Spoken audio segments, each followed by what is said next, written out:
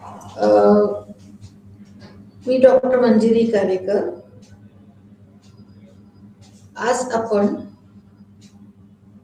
Methods of comparative political analysis या topic मधील दुसरं युनिट बघणार आहोत. तर आपण मागच्या लेक्चरला असं बघितलं की कंपॅरेटिव्ह गव्हर्नमेंट आणि पॉलिटिक्स या विषयाची काय गरज आहे, काय नाही, याचा उपयोग काय, हा विषय कसा सुरू झाला, याचे सगळे आपण डिटेल्स बघितले. याची गरज कशी निर्माण झाली, दुसऱ्या महायुद्धानंतर कशा वेगवेगळ्या व्यवस्था निर्माण झाल्या, आणि मग कंपॅरेटिव्ह अनालिसिसची गरज निर्माण झाली, त्याचं महत्व काय, असं आपण मागच्या युनिट मध्ये बघितलेलं आहे. मुळात कोणी काळी काय व्हायचं की राज्यशास्त्राचा अभ्यास म्हणजे युरोप मधल्या महत्वाच्या 4-5 देशांचा अभ्यास, अशी एक सीमित कल्पना होती. त्यांची कल्पना अशी मर्यादित होती. आणि मग England, France, America, Italy, Germany असं ठराविक देशांचा अभ्यास म्हणजे असं वाटायचं की झाला अभ्यास. पण नंतर काय झालं, रशियाचा एक अभ्यास. नंतर काय झालं की पहिल्या महायुद्धानंतर इटली, जर्मनी देशांमध्ये हुकुमशाही प्रवृत्तीच्या सत्ता निर्माण झाल्या, हुकुमशाह जन्माला आले, आणि मग त्यांच्याही राजवटी टिकल्या नाहीत. आणि तो जो 2 महायुद्धांच्या दरम्यानचा काळ जो होता, तो सगळा एक वादळजन्य काळ होता. या काळात पहिली गोष्ट म्हणजे हुकुमशहा प्रवृत्तीच्या राजवटी आल्या, ही एक गोष्ट. आणि दुसरी गोष्ट, या राजवटी टिकल्या नाहीत, ही अजून एक महत्वाची गोष्ट याच्यामध्ये. या का नाही टिकल्या, वास्तविक तर त्या आदर्श स्वरूपाच्या राजवटी होत्या. जर्मन वायमर रिपब्लिक तर खूप आदर्श होतं, तरीही ते टिकलं नाही. मग काय झालं असेल हे कळायला मार्ग नाही. आणि मग दुसऱ्या महायुद्धानंतर तर अजूनच वेगळ्या घडामोडी आपल्याला पुढे आलेल्या दिसतात. दुसऱ्या महायुद्धानंतरची एक महत्वाची गोष्ट म्हणजे ज्या ज्या वसाहतींवरती आशिया आणि आफ्रिका खंडातील ज्या ज्या देशांवरती, त्याला आपण वसाहती असा उल्लेख करतो, ज्या देशांवरती पाश्चात्य देशांचा प्रभाव होता, राजवटी होत्या, म्हणजे इंग्लंडच्या राजवटी होत्या, फ्रान्सच्या राजवटी होत्या, अशा अनेक राजवटी होत्या. तर त्या राजवटींच्या विरुद्ध तिथे बंड व्हायला लागलं, उठाव व्हायला लागले, क्रांती व्हायला लागल्या, आणि त्या राजवटी उलथून पाडल्या गेल्या. आणि या वसाहतींनी काय केलं की आपापल्या पद्धतीने स्वतःच्या पद्धतीच्या राजवटी स्थापन केल्या, स्वतःच्या पद्धतीच्या राज्यघटना स्थापन केल्या. ओके. आणि मग काय झालं की हे एकदम असे एवढे बदल कसे झाले की ज्यांना कधी गृहीतच धरलं नव्हतं की हे स्वतःच्या राजवटी करतील, त्यांनी स्वतःच्या राजवटी केल्या. आणि मग हे एवढं काय घडलं की असं एकदम अनपेक्षित सगळ्या या गोष्टी झाल्या. आणि 2 महायुद्धांच्या दरम्यान तर अजून एक अनपेक्षित गोष्ट झाली, ती म्हणजे 14 ते 18 हा जो काळ होता, या 4 वर्ष ते पहिलं महायुद्ध चाललेलं होतं, आणि दुसरं 1939 ला सुरू झालं. मग 14 ते 18 मध्ये अजून एक महत्वाची घटना अशी घडली की रशियामध्ये जिथं फ्युडल सिस्टीम होती, सरंजामशाही व्यवस्था होती, तिथे ती उलटून टाकून तिथे अचानक साम्यवादी क्रांती झाली. त्याला आपण बोल्शेविक क्रांती असाही काही ठिकाणी त्याचा उल्लेख आढळतो, त्याला रशियन राज्यक्रांती असाही उल्लेख आढळतो. तर आता मार्क्सच्या प्रेडिक्शन प्रमाणे, मार्क्सच्या अनालिसिस प्रमाणे, अगोदर सरंजामशाहीमधून पुढची अवस्था जी येईल ती भांडवलशाहीची येईल. भांडवलशाहीच्या याच्यातला संक्रमणाचा पुढचा टप्पा म्हणजे साम्यवादी राजवट, असं होतं. पण रशियामध्ये फ्युडल सिस्टीम असताना, सरंजामशाही राजवट असताना सुद्धा तिच्यामधली ती उलथून टाकून मधल्या काळातली भांडवलशाही राज्य व्यवस्था ही एक स्टेज, या टप्पा कॅन्सल होऊन एकदम साम्यवादी शासन व्यवस्था निर्माण झाली. तर हा सगळा एक अनपेक्षित अशा घटना आहेत या. आणि याचं स्पष्टीकरण असं का झालं याचा राज्यशास्त्रज्ञांना देता नाही आलं. म्हणजेच याचा एक अर्थ असा होतो की राज्यशास्त्रज्ञांचं स्पष्टीकरणात काहीतरी कमतरता आहे हे तर जाणवायला लागलं. त्यांचा जो सरळसोट पूर्वीच्या अभ्यासाची पद्धत होती ती कुठंतरी कमी पडतीये, ती बदलायला पाहिजे याची जाणीव झाली. काय काय दुरुस्त केली पाहिजे याच्यामध्ये, याच्यामधूनच आपल्याला असं दिसतं की तुलनात्मक शासन आणि राजकारण ही एक शाखा उदयाला आलेली दिसते आपल्याला. तुलनात्मक विश्लेषणाच्या पद्धतीमध्ये आधी आपण तुलना म्हणजे काय बघूयात. ओके, तुलना म्हणजे काय. आता साधं एक उदाहरण आहे ना, की बाबा आपल्याला एक सोपं वस्तू घ्यायची, काहीतरी वस्तू घ्यायची. मग आपण उदाहरण देते की मंडईमध्ये गेलो आपण समजा, आणि मंडईमध्ये आपल्याला एक भाजी घ्यायची. अगदीच हे व्यवहारातलं उदाहरण आहे. तर आपण पहिल्याच भाजीवाल्याकडे जाऊन पटकन ती भाजी घेतो का, नाही, थोडस फिरतो ना तिथे आपण. मग दुसऱ्या भाजीवाल्यांकडं तीच भाजी किती क्वालिटीची आहे, तिथला रेट काय, असं कळत नकळत तुलना करतो. जी गोष्ट भाजी मार्केट मधली तीच आपण वस्तू घेतानाही करतो.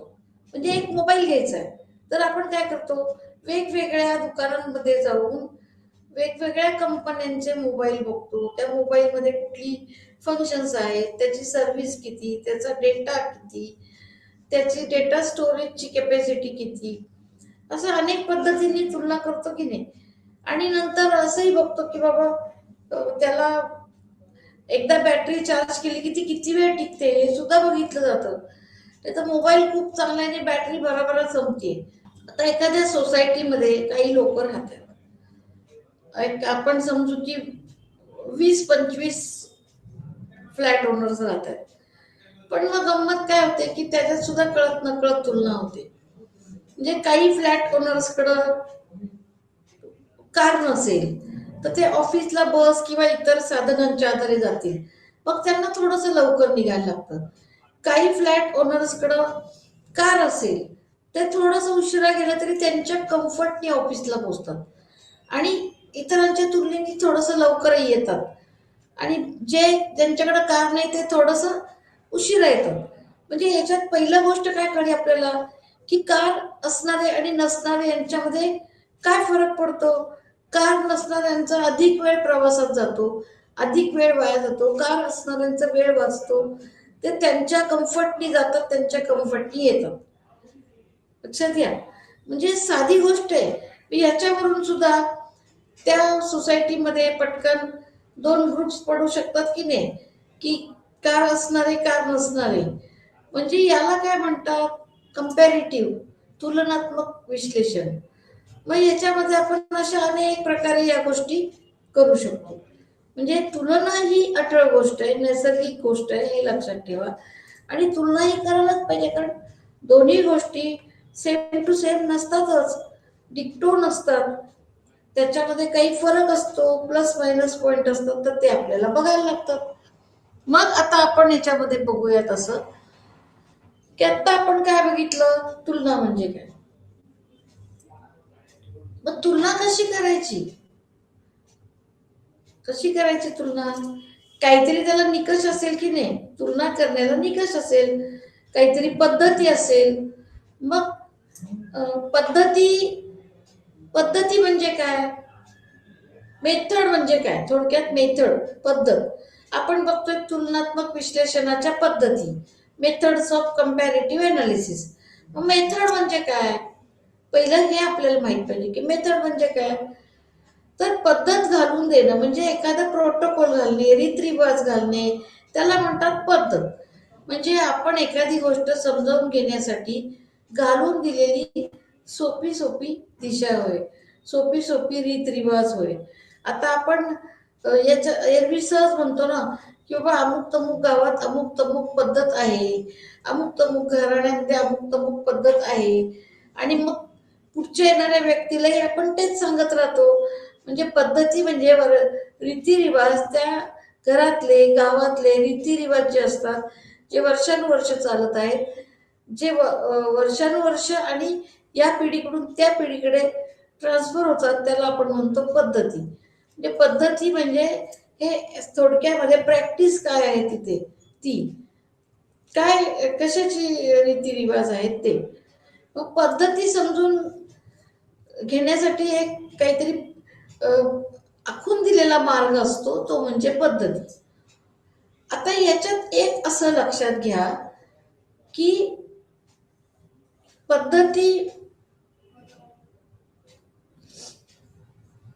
पद्धतीमध्ये विविध संकल्पना आणि तंत्र येतात. म्हणजे पद्धती काय अशी सरधोपट असं नसतं की कुणाला काय पाहिजे ते करा, असं नाही. त्याच्यामध्ये विविध संकल्पना आणि तंत्र येतात.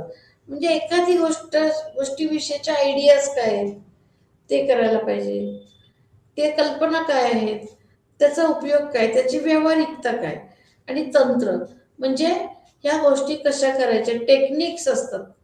ओके, त्याचे टेक्निक्स म्हणजे तंत्र असतात, आणि या संकल्पना राबवण्यासाठी तंत्र असतात. तर एखाद्या संकल्पनेचे उपयोजन करणे म्हणजे पद्धती होय. म्हणजे बाबा एखादी कल्पना आहे आणि त्याचं ऍप्लिकेशन करणं, कसं करायचं ते ऍप्लिकेशन, ते म्हणजे पद्धती होय. लक्षात येत आहे? म्हणजे एखादी मनातल्या मनात खूप कल्पना आहे, ती प्रत्यक्ष अप्लाय कशी करायची, त्याचं अंमलबजावणी उपयोजन कसं करणार म्हणजे पद्धती होय. म्हणजे त्याचं वर्कआउट कसं करणार थोडक्यामध्ये, याविषयी मग माहिती कशी गोळा करायची हे ठरवायला लागतं. म्हणजे कुठल्याही पद्धतीविषयी अगोदर काय करायला लागतं, माहिती गोळा करायला लागते. ती गोळा कशी करायची ते ठरवायला लागतं. म्हणजे गोळा करण्याची, आपल्याला जे अभ्यास करायचा आहे त्याची माहिती गोळा करण्याची कशी करायची हे ठरवावे लागते.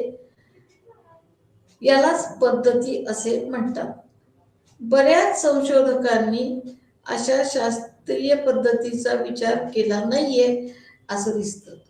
म्हणजे आता असं का बरं झालंय, बऱ्याच संशोधकांनी शास्त्रीय पद्धतीचा विचार केला नाही असं दिसतं. म्हणजे ही शास्त्रीय पद्धत नाहीये असं नाही, ती पहिल्यापासून आहे.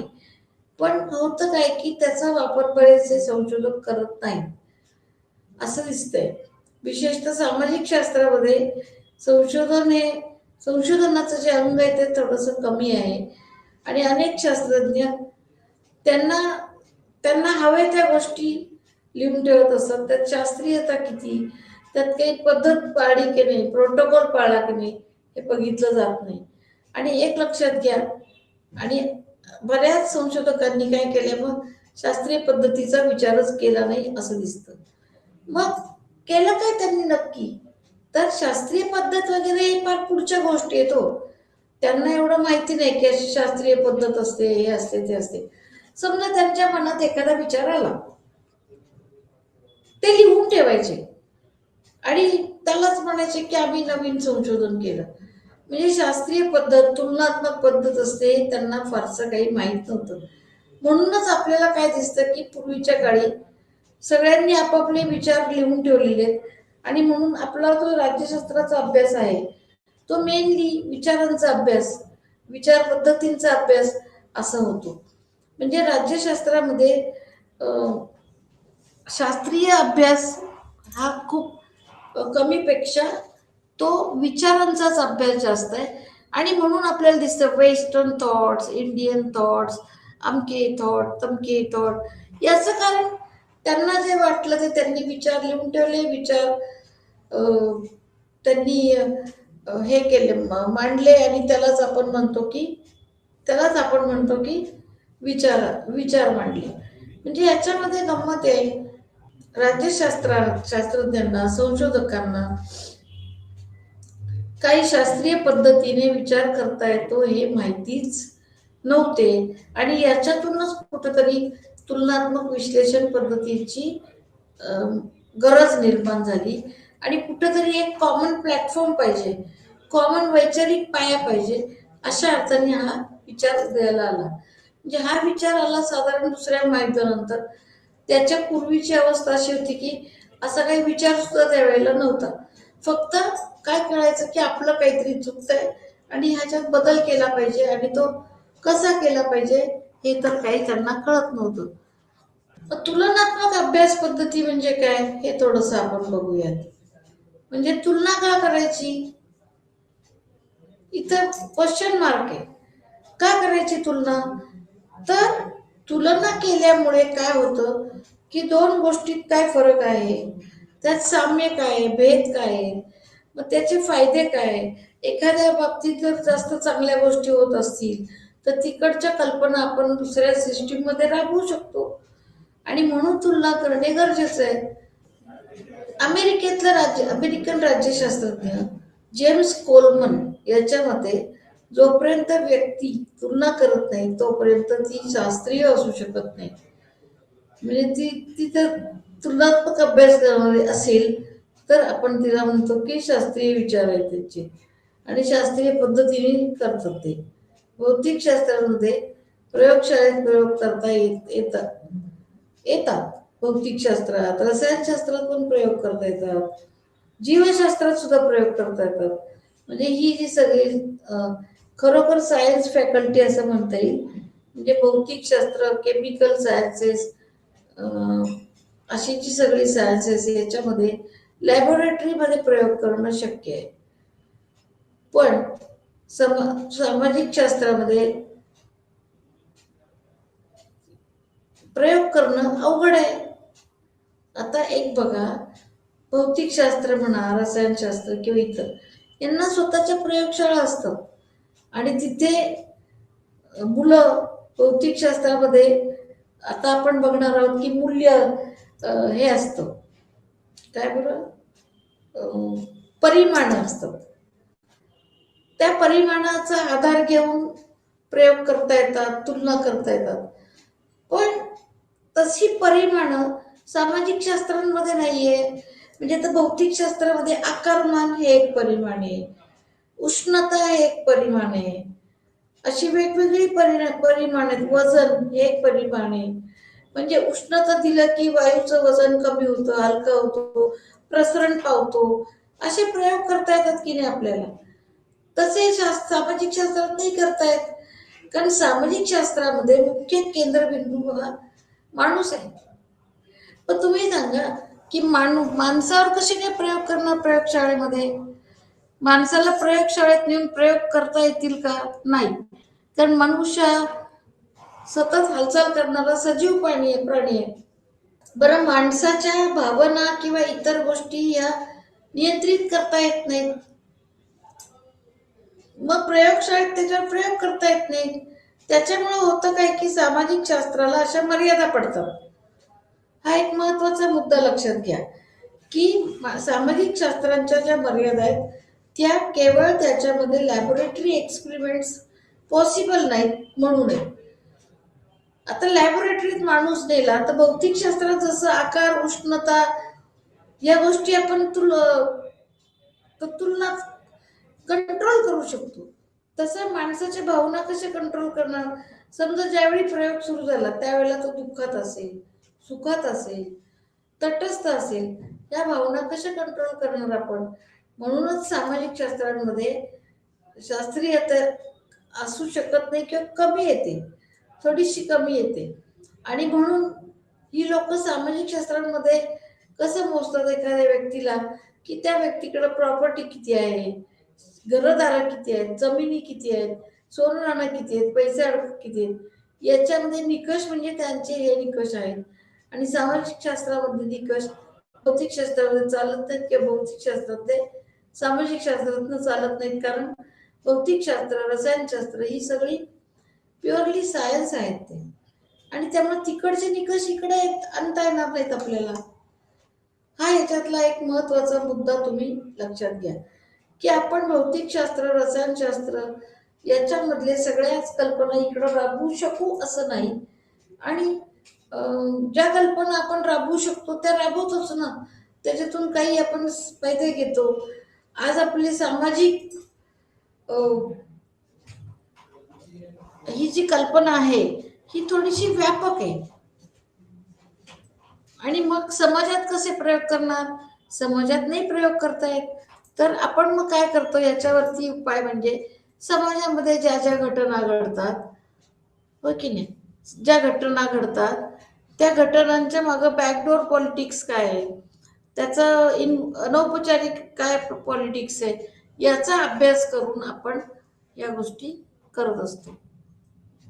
तुलनात्मक अभ्यास करताना सगळ्यात महत्वाचा फरक आपल्याला हा लक्षात घेतला पाहिजे की भौतिकशास्त्र, इतर नैसर्गिक शास्त्र आणि सामाजिक शास्त्र याच्यामध्ये मुख्य फरक म्हणजे इतर भौतिक शास्त्रांप्रमाणे इथं प्रयोगशीलतेला वाव नाही. मग प्रयोग आपण कसे करतो बरं? आपले प्रयोग प्रयोगशाळेत नसतात. आपण एखादी कल्पना किंवा मॉडेल प्रत्यक्ष राबवून बघतो. ओके, आणि मग आपण निष्कर्ष काढतो हे मॉडेल सक्सेसफुल झालं का, अयशस्वी झालं का, असं आपण फीडबॅक घेऊन ठरवतो. आता एक साधी गोष्ट आहे की सांगते तुम्हाला एक साधी गोष्ट की असं एक उदाहरण की मध्यंतरी शासनाने कडूपळा योजना आखली होती, माहितीये? कडूपळा योजना प्रत्यक्ष ती अयशस्वी झाली, म्हणजे हा डायरेक्ट प्रयोग झाला, म्हणजे प्रयोगशाळेतला प्रयोग नाही, डायरेक्ट प्रयोग आहे. त्याच्यानंतर दूध भात योजना, खिचडी आहार योजना, अनेक योजना आखल्यात की ज्याच्यामुळं आपल्याला असं दिसतं की हे सगळे प्रयोग यशस्वी झालेच असं सांगता येत नाही, कारण मुलांना या कशाची आवड नसते. तर हा महत्वाचा फरक आहे भौतिक शास्त्रे आणि सामाजिक शास्त्रांमधला. सामाजिक शास्त्रांमधला मतदान म्हणजे त्याचे प्रयोग करता येत नाही. याच्या पुढचा म्हणजे तुलनात्मक विचार हा सामाजिक व राजकीय प्रक्रियेचा प्रमुख भाग आहे. हा विचार शास्त्रीय पद्धतीला जवळ जाणार आहे. सरटोरीच्या मते तुलनात्मक विचार अभ्यास हा शास्त्रीय होतो कारण त्यात काही घटक नियमित काही घटक नियंत्रित करता येतात. या अभ्यासातून काही शक्यता सांगता येतात. म्हणजे तुलनात्मक अभ्यास हा सरतोरीला वाटतं की शास्त्रीय आहे, तर त्यातनं काही घटक नियंत्रित करता येतात आणि या अभ्यासाचा हेतू काही शक्यता सांगता येतात असा आहे. म्हणजे काही प्रेडिक्शन्स करता येतात तुलनात्मक विचारामधून. म्हणजे आपण आता प्रेडिक्शन असं करू शकतो की आता हे इलेक्शनचा वारा आहे, तर यात कुठल्या पक्षाची काय परिस्थिती होईल, 24 साली कोण निवडू शकेल, असं काही प्रेडिक्शन्स, भविष्य कथन आपण याच्यात करू शकतो. पुढे आता याच्यात असं बघूयात, एकात्म विचार पद्धती म्हणजे काय, म्हणजे इंटिग्रेटेड अप्रोच. आता एकात्म विचार पद्धती याचा अर्थ काय होतो की सर्व घटक हे एकत्र कन्सिडर करून त्याचा विचार करणे, म्हणजे एकेका घटकाचा वेगळा वेगळा प्रभाव असं अभ्यास करण्यापेक्षा एकात्म विचार पद्धती म्हणजे सगळ्या घटकांचा काय परिणाम कन्सॉलिडेटेड झाला असा अभ्यास करायचा. याच्यामध्ये दुर्कीम, स्लेमसर यांच्या मते तुलना केल्याशिवाय अभ्यास पद्धती होऊ शकत नाही. हे ह्या दोघांचं काय म्हणणं की तुलना केल्याशिवाय अभ्यास होऊ शकत नाही, म्हणजे तुलना ही याचा पाया आहे, लक्षात घ्या मुख्य. तर मनोरंजन मोहंती यांनी संबंधांना महत्व दिलेले आहे. म्हणजे काय बरं, आता बघा बरं, मोहंती आणि मनोरंजन मोहंती यांनी दोन गोष्टींमधले रिलेशन्स संबंध याला महत्व दिलंय. म्हणजे त्यांचं काय म्हणणं आहे की फक्त साम्य आणि भेद न बघता दोन गोष्टींमधले संबंध तपासले पाहिजेत. म्हणजे आपण नेहमी काय करतो, याच्यात हा फरक आहे, याच्यात हे चांगलं आहे. त्यापेक्षा कम्पेअर अँड कॉन्ट्रास्ट असा जो मार्ग आहे ना, तो त्यांनी वापरलेला दिसतो. फक्त साम्य आणि भेद बघायचा नाही, तर अमेरिका व UK या दोन देशांमधील व्यवस्थेचा अभ्यासासाठी करून तो अभ्यास आपल्या देशात कुठं उपयुक्त होतोय का हे बघणं म्हणजेच एकात्म विचार पद्धती होय. आता आपण इतक्या वेळ काय बघितलं, तुलना का करायची, कशी करायची, त्याचं महत्व काय, असं बघत होतो इतक्या वेळ आपण. तर आता आपण जरासं पुढचं बघूयात. तर तुलनेच्या काही पद्धती आपण थोडक्यात बघणार आहोत. त्या म्हणजे एक तर प्रायोगिक पद्धत म्हणजे एक्सपेरिमेंटल मेथड. या पद्धतीने अभ्यास करण्यास सामाजिक शास्त्रात कमी वाव आहे. याचा हेतू एका परिस्थितीचा दुसऱ्या परिस्थितीत वाट मिळवणे. येथे संशोधकाकडे मूल्य धरून त्याची प्रयोगाद्वारे चाचणी घ्यावी लागते. म्हणजे काय इथं लक्षात आलं की प्रायोगिक पद्धत म्हणजे जिथं ऑफिसमध्ये काम वगैरे ते जाऊन डायरेक्ट प्रयोग करायचे नाहीत. तिथं लोक येतात तिथला त्यांना घरी बोलवा, त्यातली जी नावं मिळाली त्यांना, आणि त्यांच्यावरती काहीतरी क्वेश्चन करून घेऊ शकता. आणि ती भरता भरताच काही कुठं शंका असतील, कुठं ॲडिशनल माहिती असेल तर ती तुम्ही त्याच्यामध्ये ॲड करू शकता. म्हणजे याचा हेतू एक ते संशोधकाला गृहीत धरून त्याची प्रयोगाद्वारे चाचणी घेतली जाते. म्हणजे इथं प्रयोग असतात, चाचणी असते आणि प्रायोगिक तत्वावरती काही निष्कर्ष वगैरे काढलेले असतात. आता प्रयोग म्हणजे काय बरं, अजून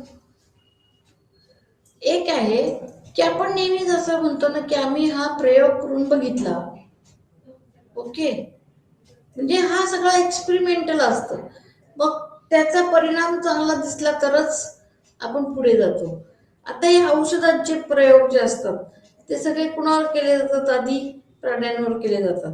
म्हणजे अगोदर ते माकडावर प्रयोग करून बघतील, अगोदर कुत्र्यावर करून बघतील, अगोदर मांजरीवर प्रयोग करून बघतील, आणि मग त्यातनं जे निष्कर्ष येतात, पत्ते निघतात, त्यानुसार ते प्रयोग केले जातात.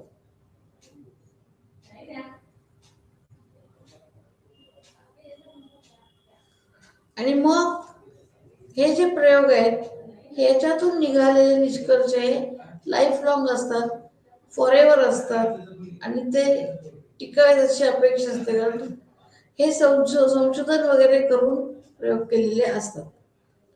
पुढचं म्हणजे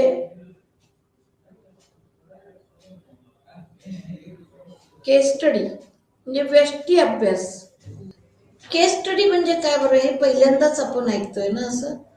कारण प्रयोग कसे करता येतात, सायन्समध्ये प्रयोग करता येतात, पण आता मगाशी आपण असं बघितलं की सामाजिक शास्त्रात सुद्धा काही प्रमाणात प्रयोग करता येतात की नाही. आता तुम्ही सांगा की सामाजिक शास्त्रामध्ये अर्थशास्त्र किंवा इतर शास्त्रात प्रयोगाला वाव म्हणजे कमी आहे, पण आहे. आता बाबा अमुक तमुक साबण विक्री किती प्रमाणात होते, कशी होते, असं निष्कर्ष काढला तर अर्थशास्त्रामध्ये वाव आहे. तर काही अभ्यास होतो, एखाद्या विशिष्ट घटनेचा अभ्यास केला जातो. म्हणजे हा अभ्यास जो असतो ना, केस स्टडी, हा त्या घटनेपुरताच असतो, त्याच्या बाहेर त्याची परिघ नसते, त्याच्या बाहेर तो जात नाही. या निरीक्षणाचा वापर दुसऱ्या घटनेच्या अभ्यासासाठी केला जातो. लक्षात येते.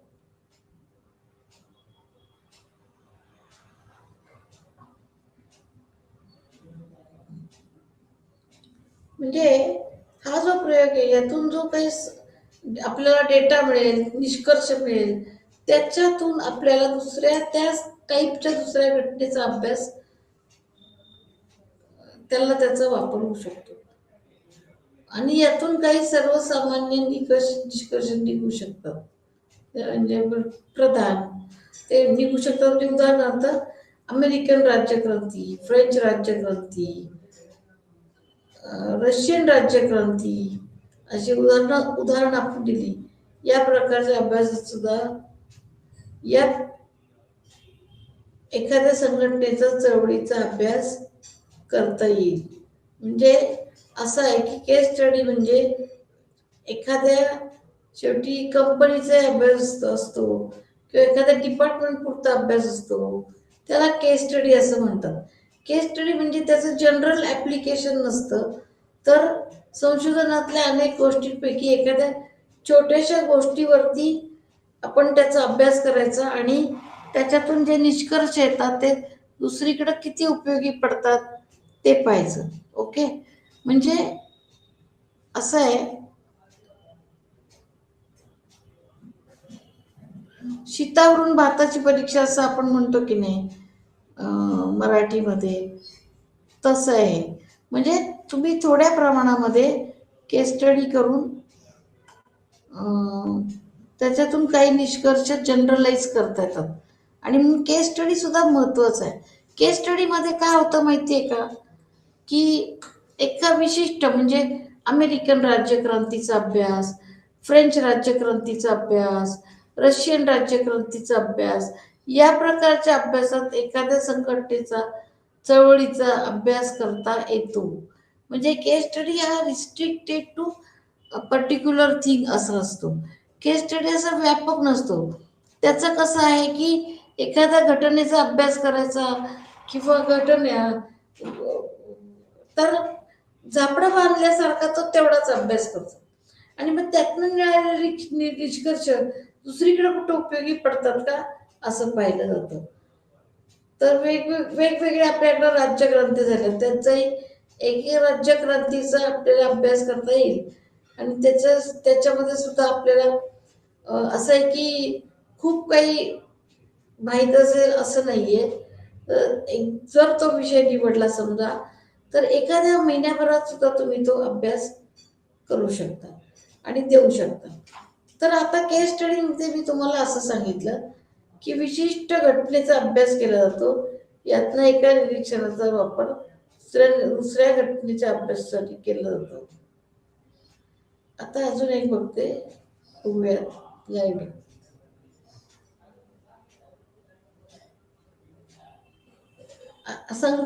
पुढचा जो प्रकार आहे तो म्हणजे संख्याशास्त्रीय पद्धत, म्हणजे स्टॅटिस्टिकल मेथड असा एक प्रकार आहे.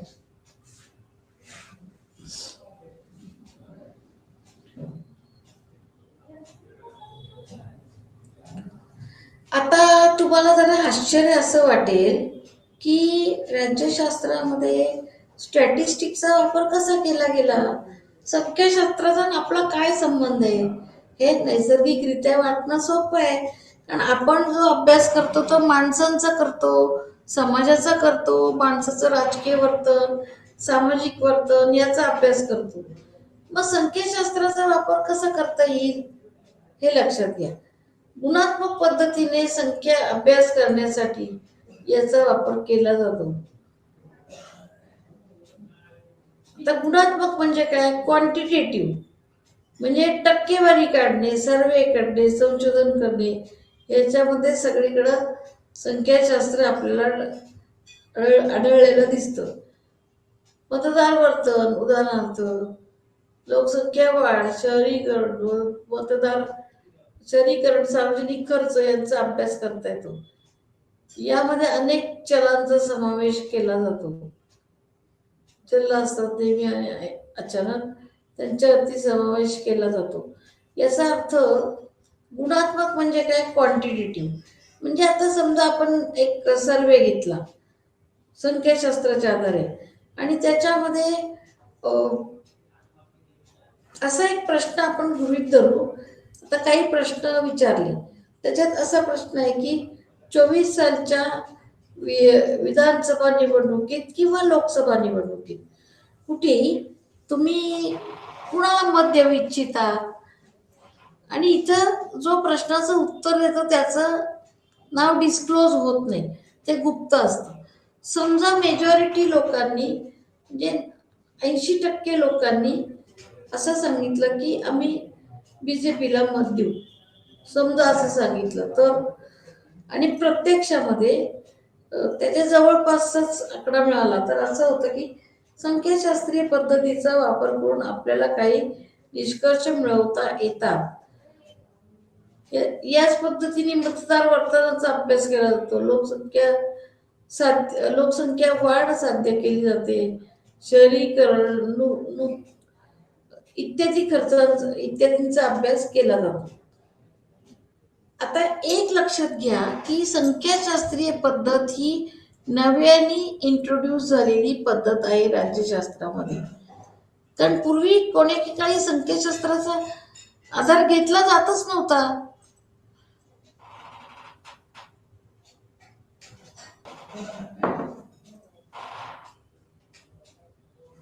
असा काही अभ्यास करता येईल स्टॅटिस्टिकच्या आधारे हे माहीत नव्हतं.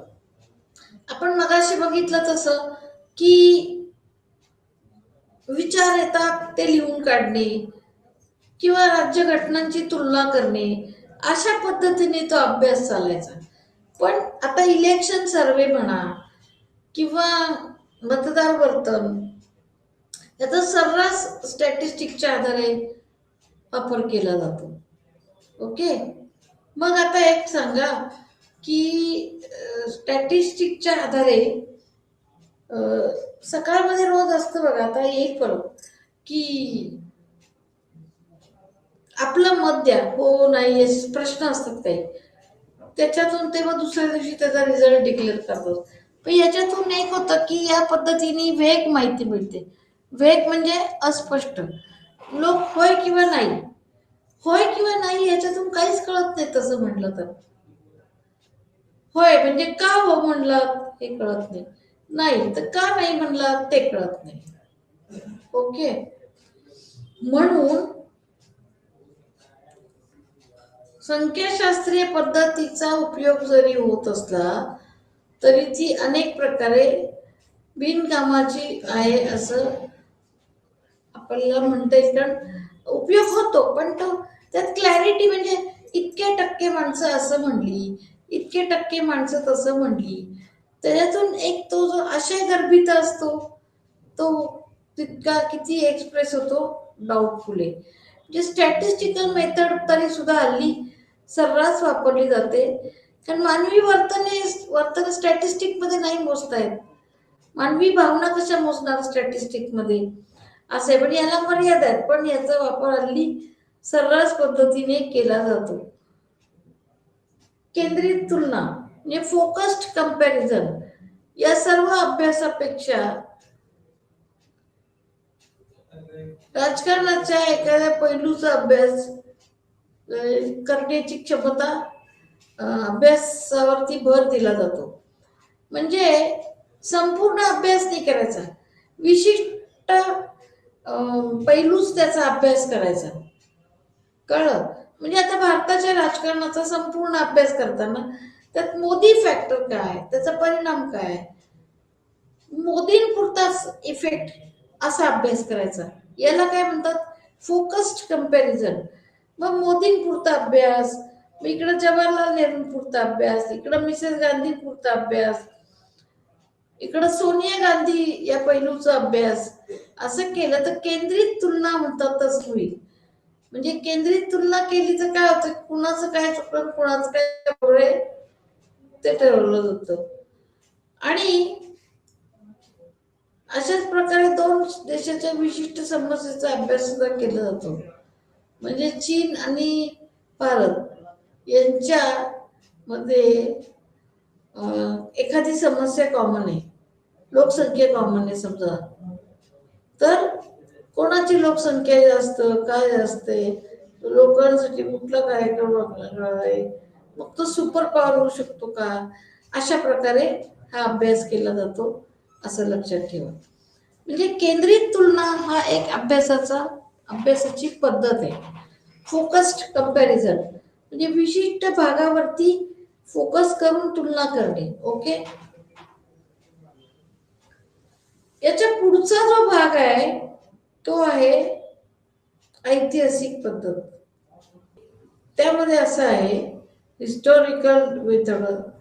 मेथड हे ऐतिहासिक पद्धत म्हणजे काय, की ज्या घटनेचा आपल्याला अभ्यास करायचा आहे ती घटना एका विशिष्ट फॅमिली बॅकग्राऊंड मधून ती व्यक्ती आलेली असते. ते फॅमिली बॅकग्राऊंडचा ब्रॉटअप कसा आहे, त्या फॅमिली बॅकग्राऊंड मध्ये कोण कोण आहे, त्यांच्या वृत्ती कशा आहेत, हे सगळं बघायला पाहिजे. याच्यामध्ये लक्षात घ्या की फॅमिलीचा खूप परिणाम होत असतो, हो की नाही. आणि म्हणून हे सगळं अभ्यास करताना आपल्याला ऐतिहासिक पद्धतीमध्ये संपूर्ण इतिहास त्या गोष्टीचा बघायला लागतो. एखादी व्यक्ती अशी का होते, तर त्याची ती ज्या बॅकग्राऊंडमध्ये वाढलेली असते त्या बॅकग्राऊंडचा तिच्यावरती खूप परिणाम होत असतो. म्हणून ऐतिहासिक अभ्यास करताना आपल्याला त्या व्यक्तीची कौटुंबिक पार्श्वभूमी सुद्धा विचारात घ्यायला लागते. आता हे तर आहेच. या व्यतिरिक्त ऐतिहासिक अभ्यासामध्ये फ्रेंच, रशियन, चीन मधल्या क्रांतीचा तुलनात्मक अभ्यास करता येतो. पण तुलनात्मक अभ्यासाचीच ही पद्धत आहे ऐतिहासिक. पण फ्रान्सचा इतिहास टोटली वेगळा आहे, रशियाचा वेगळा आहे, चीनचा वेगळा आहे. त्या तिथल्या क्रांतीची सगळी जेनेसिस, रूट, सगळी ही तिथल्या इतिहासामध्ये त्याची पाळंमुळं आपल्याला आढळतात. म्हणून जोपर्यंत तुम्ही त्या देशाचा इतिहास समजून घेत नाही तोपर्यंत तुम्हाला हे कळणारच नाही की या देशात ही क्रांती का झाली, हे का झालं, ते का झालं. ओके, लक्षात घ्या बरं. म्हणजे रशिया, चीन मधल्या क्रांतीचा तुलनात्मक अभ्यास करायचा असेल तरी ऐतिहासिक पद्धती बघावी लागते. प्रत्येक समाजाला इतिहास असतो, प्रत्येक देशाला इतिहास असतो, प्रत्येक फॅमिलीला इतिहास असतो. आणि इतिहास हे राज्यशास्त्राचं मूळ असं म्हणलं जातं काय. आणि जोपर्यंत इतिहास तुम्ही समजून घेऊ शकत नाही तोपर्यंत राज्यशास्त्र समजून घेऊ शकत नाही. आणि असंच ऑन द कॉन्ट्ररी म्हणायचं की जोपर्यंत तुम्ही तुलनात्मक तुलना करणं किंवा तुलनात्मक अभ्यास करत नाही तोपर्यंत राज्यशास्त्र समजणंच अवघड आहे असंही म्हणायला लागेल. ऐतिहासिक पद्धत म्हणजे थोडक्यामध्ये असं आहे की आपल्याला हिमनग दिसतो बघा, हिमनग समुद्रामध्ये. पण त्या हिमनगाचा जो भाग आहे तो एक दशांश भागच दिसतो ना आपल्याला, छोटाच पार्ट दिसतो. मग आपल्याला तो पार्ट म्हणजे हिमनग सगळं असं नाही म्हणता येणार. तर त्याचा मेजर पार्ट, मोठा पार्ट हा पाण्याच्या खालीच असतो, समुद्राच्या खालीच असतो. जोपर्यंत तुम्ही तो मेजर पार्ट बघत नाही तोपर्यंत हिमनग प्रत्यक्षात कसा आहे हे कळणार नाही. आणि म्हणून ऐतिहासिक पद्धत ही उपयुक्त पद्धत आहे. कुठल्याही देशाचा किंवा कुठल्याही घटनेचा इतिहास जेव्हा तुम्ही बघता ना त्यावेळेला त्या घटनेचा अर्थ लावणं, अन्वय अर्थ लावणं, त्याच्यावरती फोकस करणे, पैलू पाडणे हे आपल्याला समजायला लागतं. मग एक लक्षात घ्या की तुम्ही असं वरवरच्या गोष्टी बघून त्या देशाचं सगळं राजकारण नाही समजू शकत. आता जर्मनीमध्ये वायमार रिपब्लिक का कोसळली, परत एकदा ऐतिहासिक पद्धतीचा आपल्याला आधार घेता येतो. तो कसा काय की वायमार रिपब्लिक मध्ये ज्या तरतुदी केलेल्या होत्या राज्यघटनेच्या त्या सगळ्या आदर्श लोकशाहीच्या होत्या. राज्यघटना सगळी आदर्श होती. पण तुम्ही जर जर्मनीचा इतिहास पाहिला तर जर्मनीला अशा गोष्टींची सवयच नव्हती. मग अशा ठिकाणी ती राज्यघटना कशी वर्कआउट होईल, ती ऑटोमॅटिकली कोलॅप्स होणार, फेल होणार, हे ऑब्वियस आहे. आणि म्हणून नॅचरली ती घटना तिथं टिकली नाही. बर, तिथं हिटलरचं प्रस्थान का बरं बसलं, तर जर्मनीला अशा हुकुमशाही नेत्याची गरज होती की जो त्यांना या दलदलीतून, त्या अपमानातून बाहेर काढील. अशा नेत्याची गरज होती. म्हणून असं म्हणायचं की हिटलरची राजवट तिथं काही काळ टिकली, हे लक्षात घ्या. म्हणजे जर्मनीचा प्रचंड अपमान झालेला आहे महायुद्धामध्ये. इटलीच्या बाबतीमध्ये तो जिंकला, पण आर्थिकदृष्ट्या दिवाळं वाजलेलं होतं त्यांचं, आणि म्हणून तिथं मुसोलिनीची पावर चालली. पण जोपर्यंत आपल्याला त्या देशाचा ह्या गोष्टी कळत नाहीत, हा अभ्यास करत नाही, ऐतिहासिक अभ्यास, तर आपल्याला हे कळत नाही की हिटलर मुसोलिनी तिथं स्ट्रॉंग कसे झाले, तिथं हुकुमशाही कशा जन्माला आल्या. म्हणजे थोडक्यात त्याचा इतिहास आपल्याला माहिती असणं आवश्यक आहे. चीनमध्ये क्रांती का झाली, त्यासाठी त्याचा इतिहास माहिती पाहिजे आपल्याला. चीनमध्ये ते आधी एक लोकशाही सरकार होतं, ते का टिकलं नाही, हे सगळं माहिती पाहिजे असेल तर आपल्याला हे इतिहास माहीत करून घेतला पाहिजे. आता भारतामधली राज्यघटना खूप आदर्श आहे, ओके. पण मग तिच्या इम्प्लिमेंटेशनला, तिच्या प्रॅक्टिसमध्ये अडचणी काय येतात, हे जर बघायचं असेल तर भारताचा इतिहास आधी तुम्हाला बघायला पाहिजे. आपल्याला भारताचा इतिहास कसा आहे, आपल्याला राजेशाहीची सवय आहे सगळी.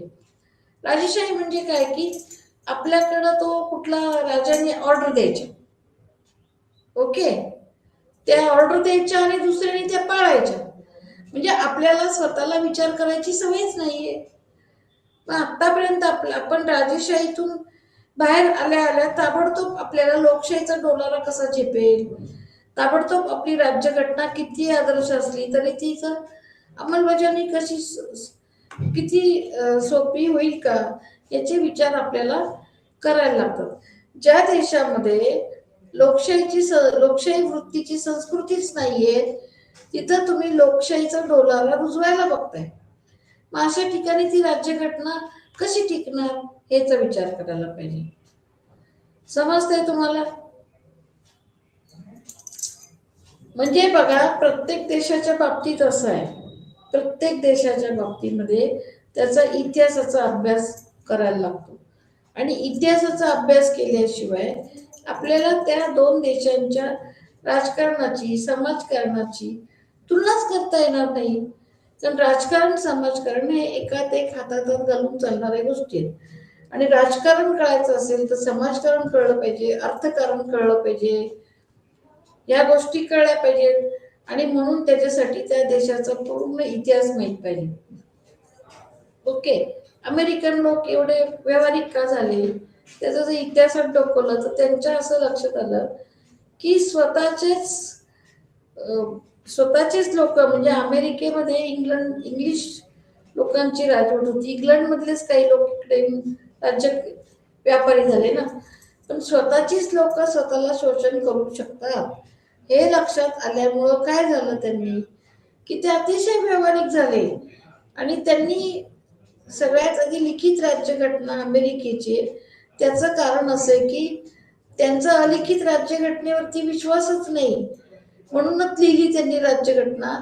आणि याचं कारण की स्वतःचे लोक सुद्धा स्वतःला शोषू शकतात, हे अनुभवाने ठरल्यामुळे त्यांची राज्यघटना लिखित आहे. ही अगदी महत्वाची गोष्ट आहे. म्हणजे प्रत्येक गोष्ट लिहिण्याची गरज कधी वाटते की ज्या वेळेला विश्वास नसतो त्यावेळेला. भारताची तर राज्यघटना जगातली सर्वात मोठी राज्यघटना असं म्हणतात. त्याचं वर्णन हत्तीसारखी असं केलं जातं, इलेफंटाईन कॉन्स्टिट्यूशन. जितकं अधिक अधिक अधिक लेखन करू, याचा अर्थ अधिक अधिक अधिक अविश्वास व्यक्त करतोय आपण. कारण हा अनुभव आपण घेतलेला आहे की बघता बघता लोक शोषण करतात, ओके. म्हणून इतिहासाचा अभ्यास हे अतिशय त्याच्यामध्ये पूरक आहे. तुलनात्मक अभ्यास करण्यासाठी इतिहासाचा अभ्यास हा पूरक आहे. आणि रशियामध्ये राज्यक्रांती का झाली, चीनमध्ये क्रांती का झाली, अशा ज्या घडामोडी चालू आहेत, तर त्याच्याबद्दल आपल्याला सगळं हे माहीत पाहिजे. आणि इतिहासाचा अभ्यास हा याच्यामध्ये खूप आपल्याला उपयुक्त ठरतो, असं मला म्हणायचं आहे. तर महाराष्ट्रामध्ये सुद्धा बघा जे काय चाललेलं आहे की शिवसेनेचा जर इतिहास बघितला, मग ही पाटापूट का झाली, का नाही, त्याची बरीचशी हिस्टोरिकल जेनेसिस आपल्याला इतिहासामध्ये मिळतात. शिवसेना कशी निर्माण झाली, काय झाली, ते ते जर बघितलं तर मग आपल्याला या गोष्टी कळतात. की मग उद्धव ठाकरे, राज ठाकरेंच्याच मी तुष्ट का आलो, कळतं की नाही. आणि मग परत त्याच्यानंतर गटबाजी कशी झाली, शिंदे गट वगैरे, म्हणजे पहिली हिस्ट्री पाठ पाहिजे आपल्याला, सगळी हिस्ट्रीच माहीत पाहिजे. त्याशिवाय नाही काही करणार. काँग्रेस पक्षाचा इतिहास बघा, काँग्रेस पक्षाचा इतिहास बघितलं तर कळेल की काय काय काय काय घडत गेलं ते. बीजेपीचा इतिहास, त्या प्रत्येक गोष्टीचा इतिहास हा आपल्याला त्या गोष्टीचं सगळं दर्शन दाखवतो की असं का झालं. आणि म्हणून हिस्ट्री माहीत पाहिजे, इतिहास माहीत पाहिजे. आणि हिस्टोरिकल मेथड ही कॉमन मेथड आहे की जी तुलनात्मक अभ्यासामध्ये वापरली जाते. आणि प्रत्येक देशाचा इतिहास हा वेगळा असतो. आणि म्हणून प्रत्येक देशामध्ये एकाच पद्धतीचं शासन चालेल असंही नाहीये. त्याच्यात का फरक होतो याचं कारण त्याचा इतिहास वेगळा असतो. आलं लक्षात. मग अशा पद्धतीने आपण ह्या वेगवेगळ्या पद्धतींचा आधार घेऊन तुलनात्मक अभ्यास केला पाहिजे असं मला वाटतं.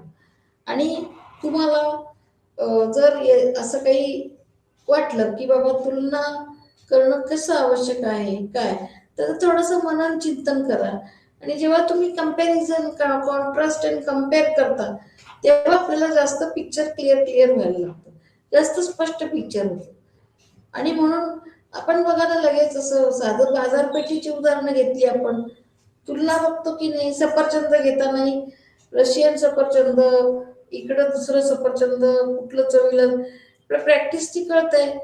म्हणजे एक लक्षात घ्या की छोट्या छोट्या गोष्टीत सुद्धा आपण तुलना करतो आणि मग घेतो, मग खरेदी करतो. तीच गोष्ट तुलनात्मक अभ्यासाच्या बाबतीत आहे. आणि तुलनात्मक अभ्यास सोपा करायचा असेल तर या सर्व पद्धतींचा वापर संमिश्र स्वरूपात किंवा कमी जास्त प्रमाणात करून आपल्याला ती तुलना सोपी करता येईल असं मला वाटतं. तर आज आपण इथं थांबूयात. आज आपण त्याच्या काही पद्धती पाहिल्या. त्याचा जो पुढचा भाग थोडा आहे तो आपण पुढच्या तासाला बघूया. तोपर्यंत तुम्ही चिंतन मनन करा जरासं, आणि पुढच्या तासाला भेटूयात आपण.